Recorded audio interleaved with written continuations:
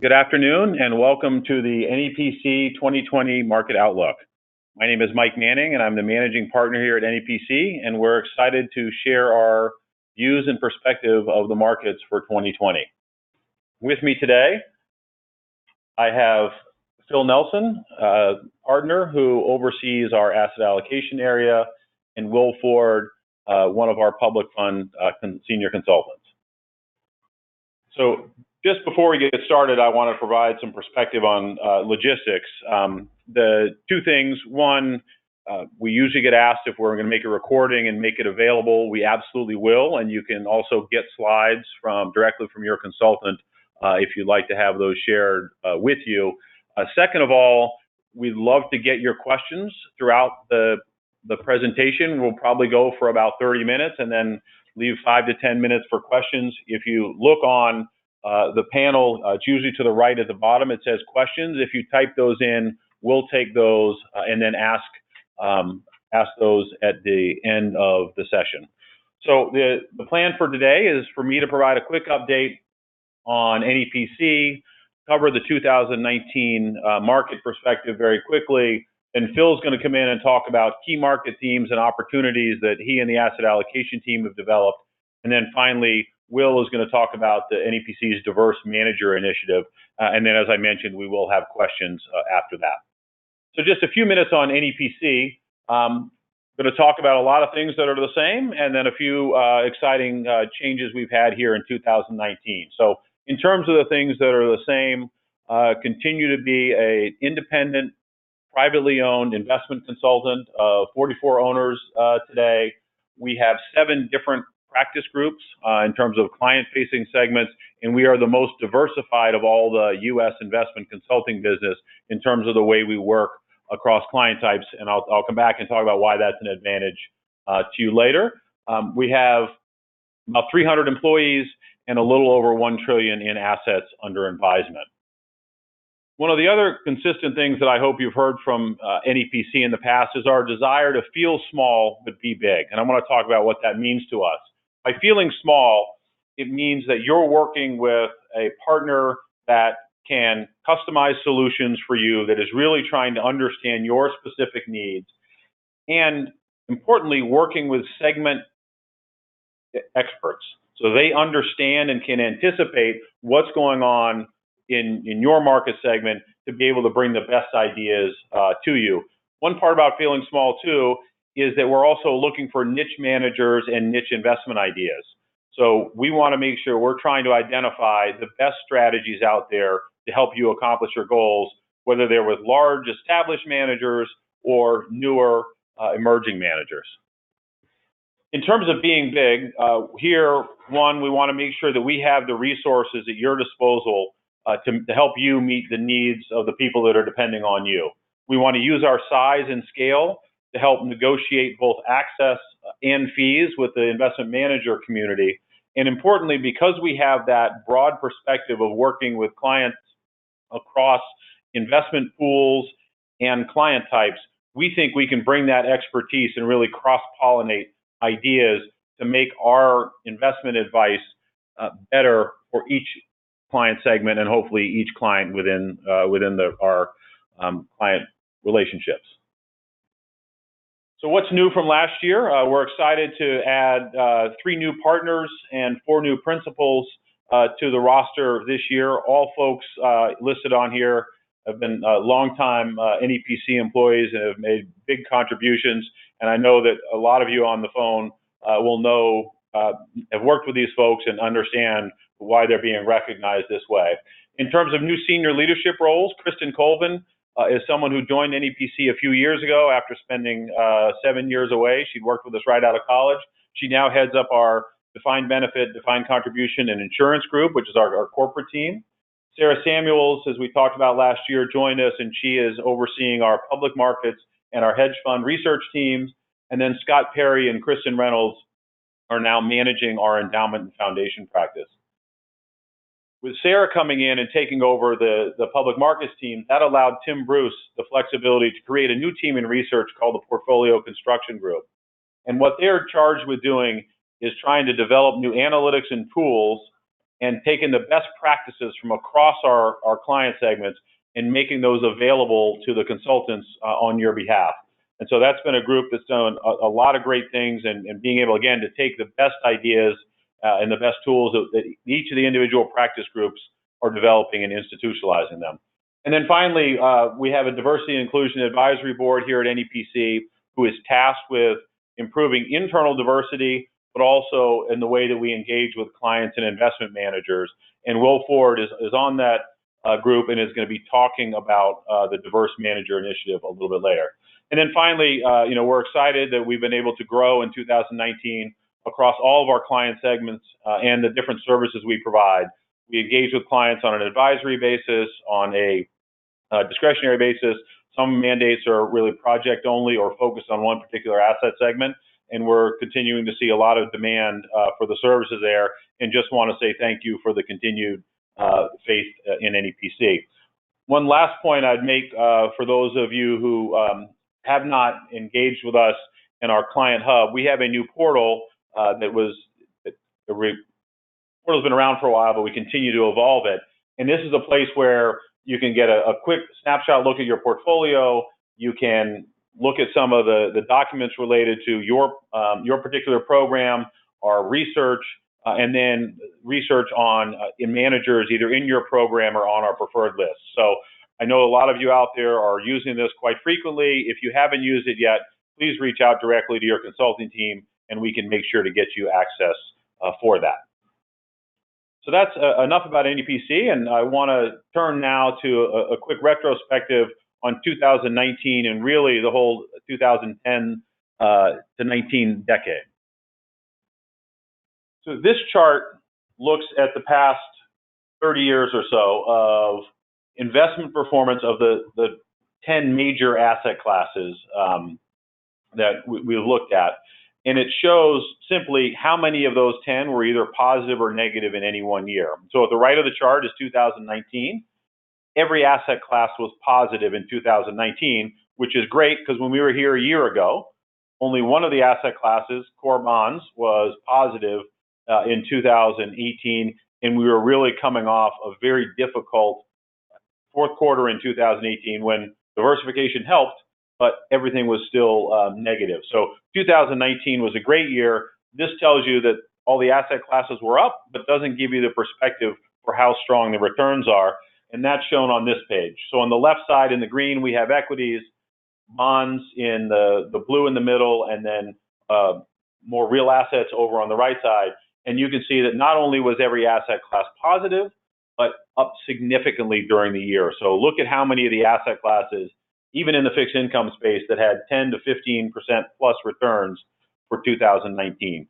So as you engage with your consulting teams to look at performance for 2019, you're going to see a very good top line number in terms of the absolute performance for the year. And, so we're excited about that. And, we always say that good markets is something that we're all rooting for, and we certainly got that in 2019. I want to take a step back and put it into perspective now for the decade. In the 2010s, this shows the S&P 500. Over the 2010s, it was up 250%. Now you can see how that compares to prior decades, and still strongly positive, and certainly a welcome respite after the 2000s at a negative return for that entire decade. This next chart, though, shows an interesting point in that we look at risk-adjusted returns. So not only what return did you get, but what volatility did you have to experience in order to achieve that? And you can see that the 2010s, on a risk-adjusted basis, looking at the Sharpe ratio, was the best decade we've had since the 1950s. So we're really coming off an astounding time to have been invested in the S&P 500. So I'm going to stop there and turn it over to Phil, and we're going to look at the key market themes, and instead of looking backwards, start to look forward. So Phil? Thanks, Mike. One of the things, just as we start the decade, we can't help but compare where we've been over the last 10 years. And I think the one piece that we look to is, and ask ourselves, has anything changed all that much? So in some ways, when we think about the 2010s, first decade without a recession in U.S. history. So a calendar year decade with no recession in it.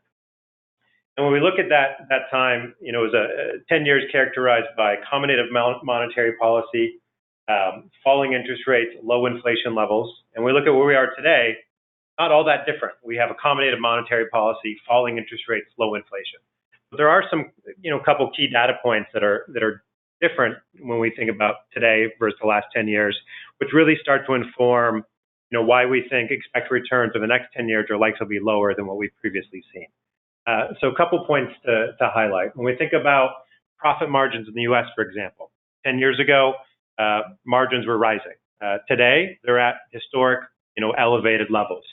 When we think about, the risk premium embedded in asset classes, so you think credit spreads, you think valuation metrics, they're all trending to their higher end levels for most, if not all, asset classes globally. And then on top of that, you think about the backdrop of the market environment. 10 years ago, we were in the midst of volatility falling, and now we're very much in the midst of a low volatile market environment. And so you start to ask yourself, what are the main drivers for asset class returns for the next year, or even the next 10 years? And we start to see that low interest rates and falling inflation levels are likely to be less of a tailwind for markets than they previously been. So we have to start thinking about what are the things that are going to drive markets on a go-forward basis. And there's always the key pieces: earnings growth, economic growth, key pieces like that. But there's a lot of other, maybe possibly more unique items that we haven't seen previously. They're going to be more key drivers for the next 10 years. We saw a bit of an example of that this last year, where we had a pretty significant regime shift in central bank policy and fixed income markets. And part of that really materialized as almost a permanent level of intervention from central banks. So you think about the pivot from the Federal Reserve last year to move from rising interest rates to falling interest rates. It was really a capitulation to say, maybe the market can't handle higher interest rates. So pausing and waiting and allowing inflation to possibly rise even beyond what they would expect would be a normal level before they start to act. This is a new dynamic that we're going to have to deal with over the next 10 years. And just as we think about a lot of these trends, we've tried to divvy up in the world into what we call our key market themes. And these are really themes that we believe define the global markets, that are clearly relevant, and in many ways help inform dislocations that occur in the markets. So if we see a dislocation in rates markets, sometimes we can tie it back to one of these four themes. So in so many ways, it's the four common denominators that define global markets in some ways. So we have one new theme here: permanent interventions, and three others that have been in place for a couple of years now. And we'll go through quickly and just have a couple quick talking points on these. I think many that are on the call have seen kind of a longer deck you can kind of use as a take home and read on your own. But we'll kind of briefly go through some of these over the next few minutes. So the first being the late cycle dynamics. We're clear in our view that we think we're in the late cycle of a market environment. But I think the piece we'd want to constantly reiterate is that the late cycle does not mean end of cycle. And historically, equity markets have done very well in the late cycle of a market environment.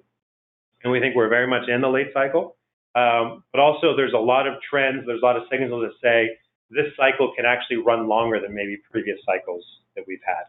So this last kind of expansion that we've had post the financial crisis is the longest uninterrupted expansion that we've had, which lends itself to the expansion is long, and possibly the late cycle portion of it could also be longer than what we consider normal. And we'll talk a little bit about some of the new theme we have in place could also be another reason that could draw out this cycle to be even longer than we've seen in the past. So thinking about that new theme, it's what we've referred to as permanent interventions. And this is the idea that central bank policy will be permanently involved in the capital markets. And in some ways, maybe a better way to say it is you think of the core mandate for a central bank to manage inflation, and in the Federal Reserve sense, manage employment. But clearly, they're managing to investor sentiment. And this is true not just for the Fed, but all central banks globally. And so if the kind of shadow mandate is to manage investor sentiment, what are the central banks willing to do to ensure that stability and minimal disruptions occur to capital markets. And the motivation for this is really to try to prevent any major dislocations in the capital markets from seeping into kind of quote unquote real economic growth. So this is a trend that we think will be in place for many years, with possibly the only breaking of this theme comes from inflation being much higher than any of us would anticipate. To this point, seems like a lower probability event. Part two of the theme is thinking about the role of fiscal policy. We're of the mind that we think fiscal policy will have a much greater role in this next decade than it potentially did in the previous, which means government support to try to either expand GDP growth or just keep GDP growth at a normalized but potentially low growth rate is going to be the new norm. So when we think about the U.S. running at $1 trillion deficit today, think about other economies like Japan, they have a debt to GDP level of 250%. This is a path that developed markets could be going on. And all in all, when you take a easier monetary policy and a kind of fiscal intervention side of things, it's probably altogether more positive for equities than not. So there's a bit of a favor for equities over credit in a lot of our views that you'll start to see expressed. But I think also we want to caution there's a margin of error that one needs to bake in, because if we do have an economic downturn, for whatever reason that can be, it can be a financial crisis a la 2008, 2009. It could be some exogenous shock that occurs that really none of us can predict. These things can happen that can cause economic growth rates to suffer. And when you then look to what do the central banks have in place as dry powder, what do central governments have in place as dry powder, you start to see that their tools may be less effective in a downturn than they've ever have been before. And I think just a simple example to think about it is this chart on the bottom, which looks at the effective federal funds rate at the start of a recession and at the end of a recession. And as you can see, there's, historically, we've had, 300 to 400 basis point cuts in interest rates and during a period of recession. And with rates at, just under 2% or kind of a 150 to 1.75% level, it's going to be hard for the Fed to cut rates 300 basis points to help, forestall a recession. The next two themes we'll talk about, we'll touch on fairly briefly, but the first is China transition, something that we've had in place for several years now, to talk about the rising global importance of China, both on kind of the geopolitical stage, but also on the economic stage. So China clearly is the global growth engine for the world, and if China has, some sort of, hiccups in their economy, that's going to trickle through to the rest of the world. I think just, simple example is how integrated China is in the world today. When we think about some of the concerns about, virus in central China, how quickly that has led to travel advisories and other concerns, whether it's Germany, whether it's the U.S., whether it's South America. We're in an integrated world, and China's at the center of that integration along with the U.S. But part of that, there's also a major transition going on within China, where the country's moving from a more rural environment to a more urban one. The economy is moving from more industrial-based and now is fully kind of a more consumer-oriented, service-based economy. And all these are meant to kind of drive productivity higher so that the country can reach more of a developed market status. And you can see these in some of the projections down here, where you see aggregate GDP growth falling, but GDP per capita, or kind of wealth per individual, hopefully starts to rise, or they would like to see rise to approach more of a developed market status, which then kind of becomes a self-fulfilling type role where the wealthier individuals can start buying more consumer products, more homes, long down the list of things that you can buy with excess funds. Last is our theme that we've referred to as globalization backlash. And this is something that we've had in place dating back to the original UK Brexit vote. And really referring to there's an undercurrent that's going on in the global politics and the global world, where inequality from a wealth distribution standpoint, so the wealthiest relative to the middle class and also kind of the bottom 10%, that range is widened and continues to widen this day. And at the end of the day, that starts to create social instability. And that social instability eventually reaches its way of the voting booth. And the trends that we see, whether it's in central Ohio or eastern France, the same industrialized areas that are under the same pressures, start to cause kind of a pull away from moderation and pull away from the center. And this is not a political left or right issue. This is one where rising populism, both in the US and around the world, has an effect of slowly destabilizing kind of the world order. So we think of what is the modern economic political orthodoxy that's driven markets over the last 40 years, that's starting to fray at the edges, and we start to see that. So there's not a direct investment action here, but there's things that flow through from a market volatility standpoint that we need to be cognizant of with this dynamic. So with that, we'll talk a little bit about current opportunities. And these are ideas that we have for portfolios that are in reference to a strategic asset allocation. So what are one or two ideas that we think can help improve an allocation over a 2 to 4 year time horizon? And we'll talk about two of them here. The first being reduce lower quality credit exposure. And this is one where we look at kind of return-seeking credit. This is mostly in the U.S., whether it's high yield or other sectors, just don't provide the risk-adjusted returns that we'd like to see in the space today. And largely that's a reflection of spreads being below average levels. And on top of that, the higher quality segments within high yield are trading at lower level spreads than we've seen in the past.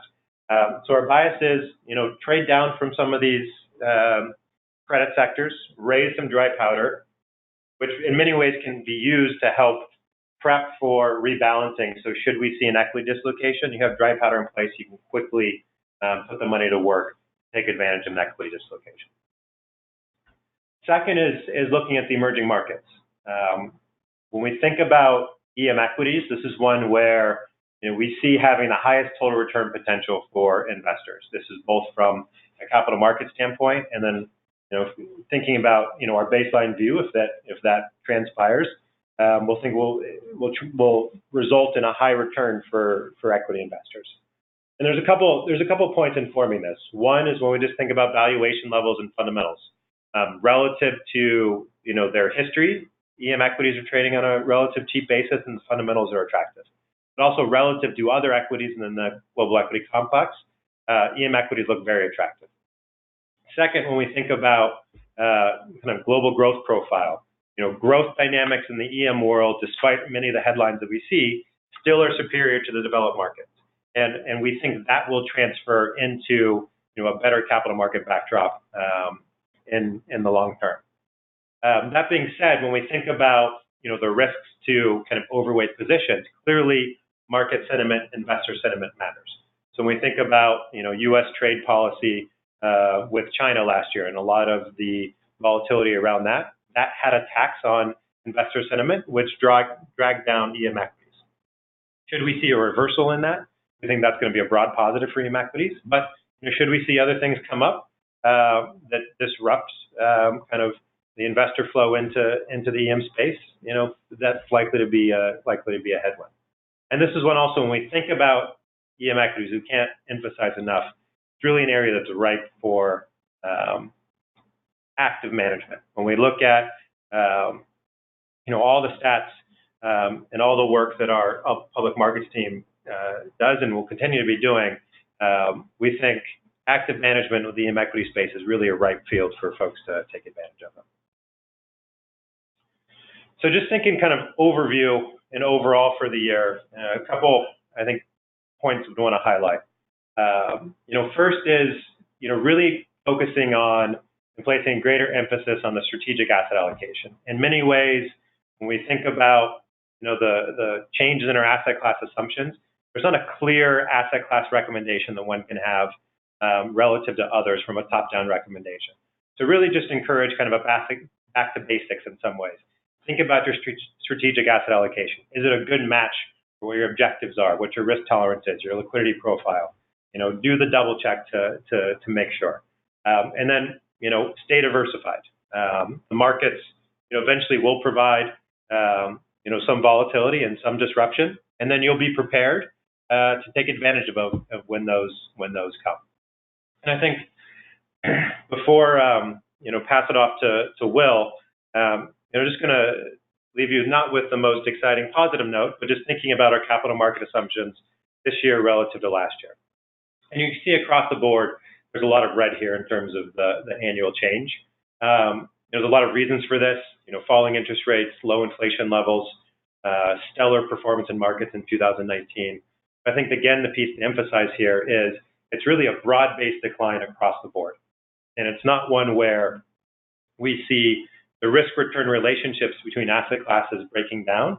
We still see kind of a normally well-diversified portfolio doing well, but one where recalibrating expectations to potentially a lower level than one had maybe 10 years ago. And I think kind of just simple one to kind of bring your eyes to is under this multi-asset category here in the bottom, a basic US 60-40 portfolio with, say, you're passively oriented in US equities and US bonds can earn, just over 4%.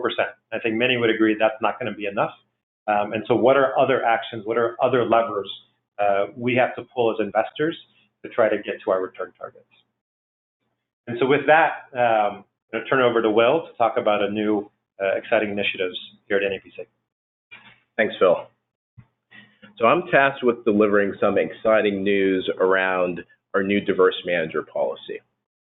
But before jumping into the new policy, I thought it would be best if we took a step back and I touched on the construct of the diverse manager team, as well as the work that we've done in the diverse manager space to date. The Diverse Manager Committee has been a long-standing committee at NEPC. It really oversees our efforts across diverse manager engagement and research across the entire firm. The committee represents a mix of resources across both the consulting and the research teams. So we're able to leverage the insight from the research professionals as they evaluate investment managers and use that to better inform the work we do around diverse manager selection. In addition, we can leverage the resources of the consultants who are closer to the asset owners to give us some value-add perspective in terms of how best to build out a diverse manager program and some of the challenges that they've experienced in doing so. You'll see on this page, certainly on the left-hand side, pretty diverse representation from a number of different client groups across the committee. And we think this is really reflective of the interest we've been seeing in diverse managers really across our entire client base. One of the things we're most excited and proud of as a committee and candidly as a firm are the numbers on this page.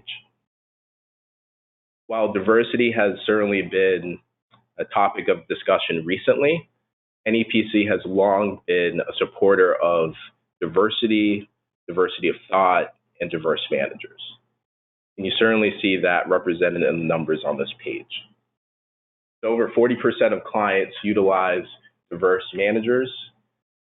That shakes out to across over 180 distinct investment strategies and totals to about $32.5 billion in assets under advisement across the firm.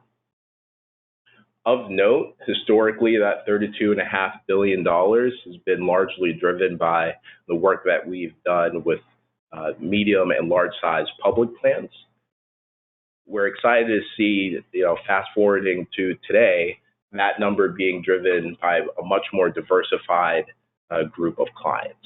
So folks in our endowment and foundation group, healthcare plans, corporate defined benefit plans, even Taft-Hartley plans, deploying more capital to diverse managers.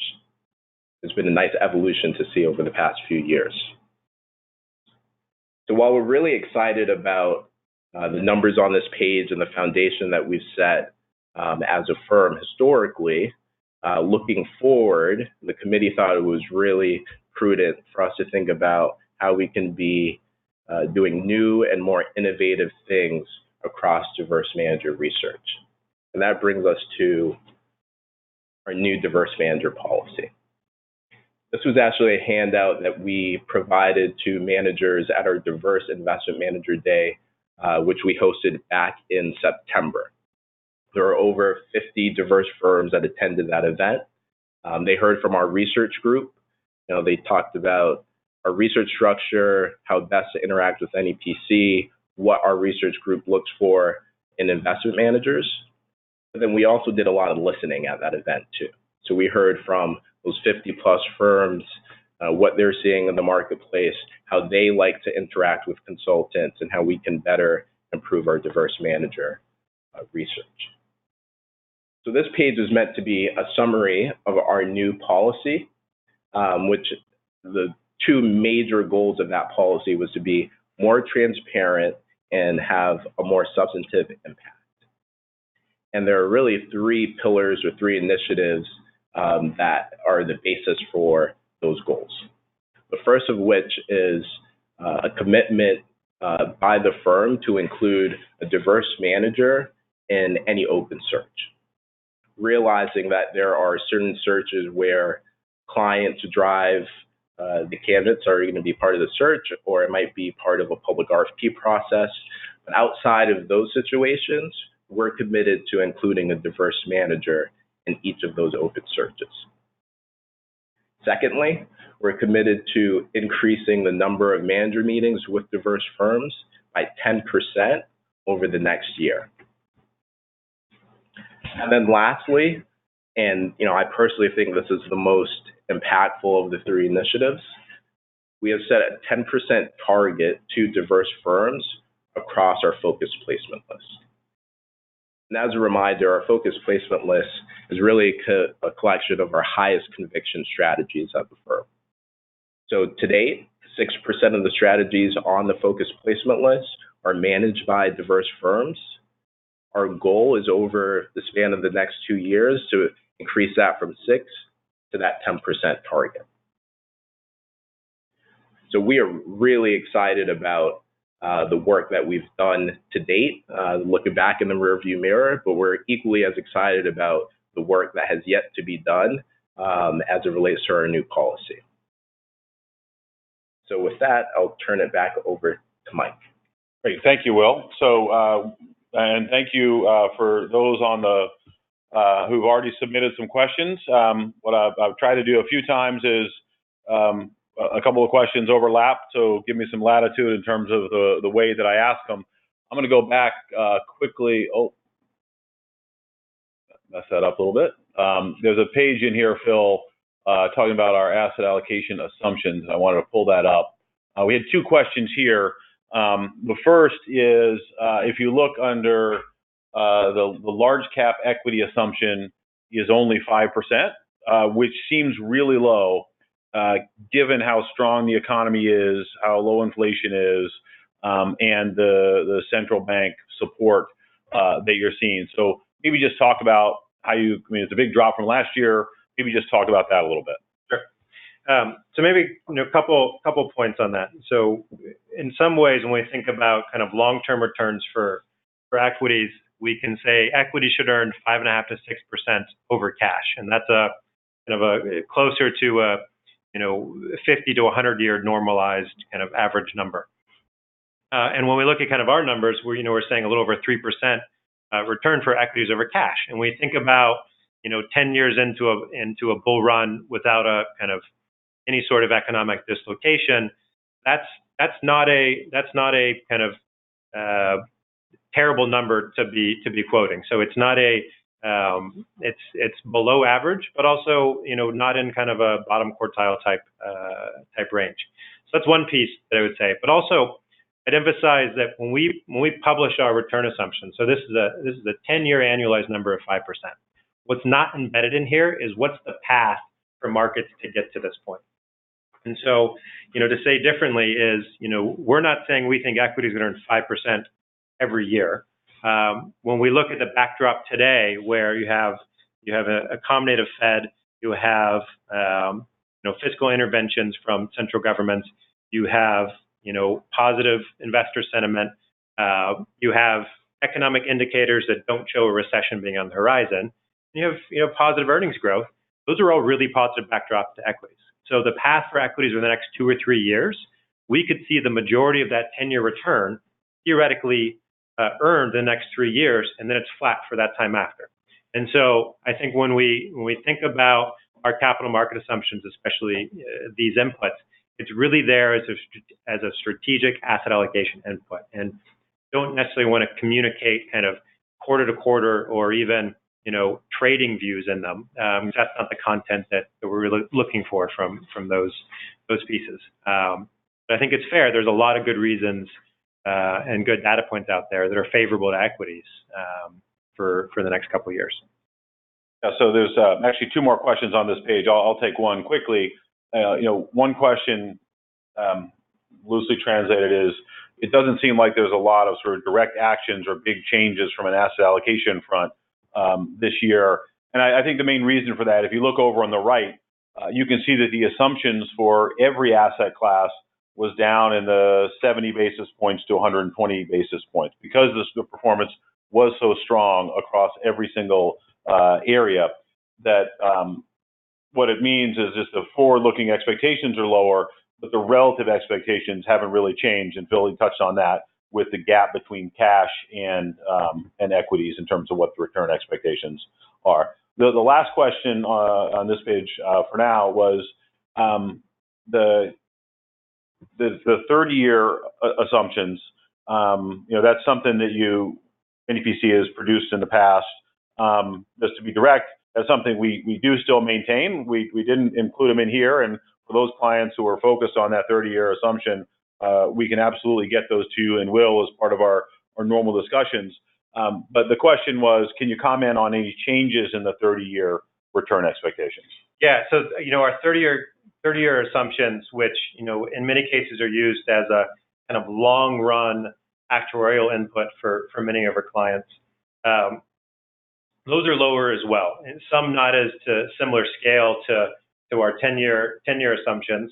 But depending on the client and the asset mix, we're seeing 30-year assumptions for portfolios down anywhere from 25 to 75 basis points for some clients. And the main driving factors of that are lower interest rate levels that we've kind of forecast and embedded in our models over the next 30 years, and so that starts to have that rolls up into a lower fixed income assumptions. Embedded in there is our cash assumptions lower, which does impact risk premiums for all asset classes. And then the third piece is we have a lack of normalization, I would call it, in our inflation forecast. So we see inflation staying relatively subdued for a more prolonged period than we previously have, which also has an impact of lowering returns, especially over a longer term time horizon beyond just 10 years. Great, thank you. So I'm going to, Will, this question, questions is for you, and they're sort of, again, a combination. First, that you've heard the phrase emerging manager and diverse manager, and maybe talk a little bit about what the difference is there, and how is diverse manager defined? What criteria are used to determine whether a manager is diverse in terms of the way NEPC looks at it? We define a diverse firm as any firm that is majority owned by a person of color. So more than 50% equity ownership by a person of color, and/or a firm that is majority female, disabled, or veteran owned. And we believe that definition is consistent with what you see in the diverse manager community across different consulting firms, and even across diverse managers as well. I will tell you, looking out over the horizon, we are looking at different ways to define diversity, not only at the equity ownership level, but also across a broader employee base, as well as across the investment team, so we could have diversity scores for specific strategies. Mike, going back to your question on the difference between emerging managers and diverse managers, for a long time, emerging managers was a catch-all category for a lot of different folks.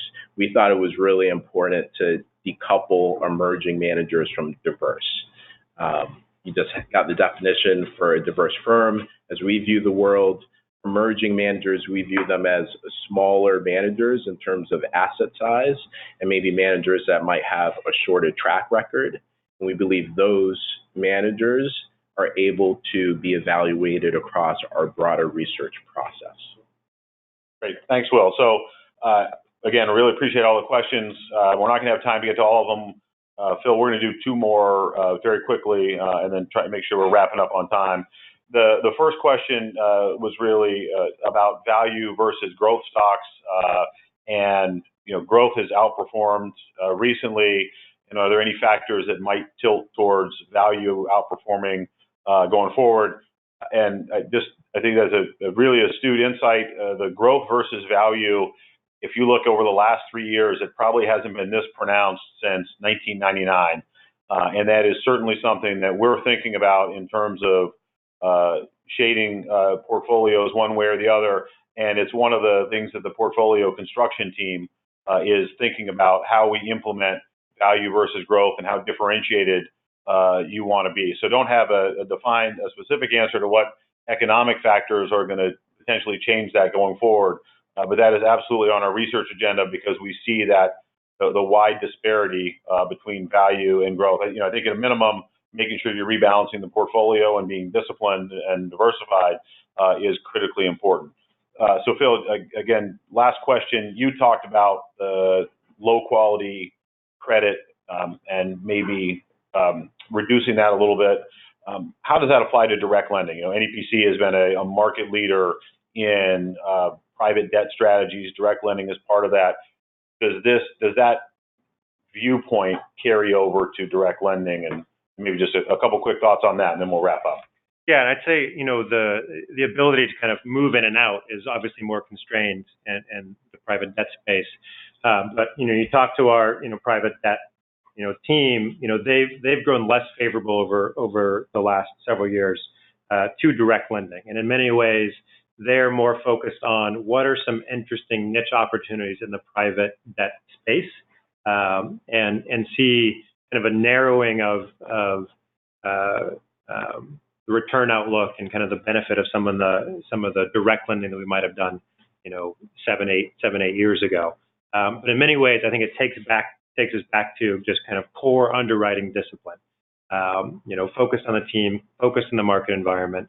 Can we derive value out of a series of private loans that may exist? And some of the things that they're seeing in kind of the more niche space, and they've adjusted their kind of agenda over the next year or longer, I think really hit on this idea. So if interested or want to learn more, feel free to reach out to those folks. Great, thanks, Phil. Before we head out, just wanted to again say thank you for your participation.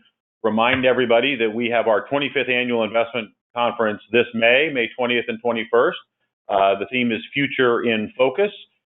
That's always a great event, both in terms of a time to get together with NEPC folks, but also with your peers and get a lot of very good investment content over about a day and a half. So really hope that you'll be able to participate in that. As a reminder, we will post this onto our website.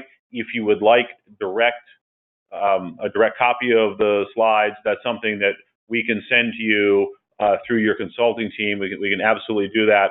I know there are a few questions that we weren't able to get to today, and I apologize for that. But just in general, I want to say thank you for taking the time to participate today. And as always, thank you for the continued trust in NEPC. And I can assure you, as a team, we're working very hard to validate that trust each and every day. And so wish you a great 2020 and as much investment success in the next decade as we've had in the last. So thanks, everybody.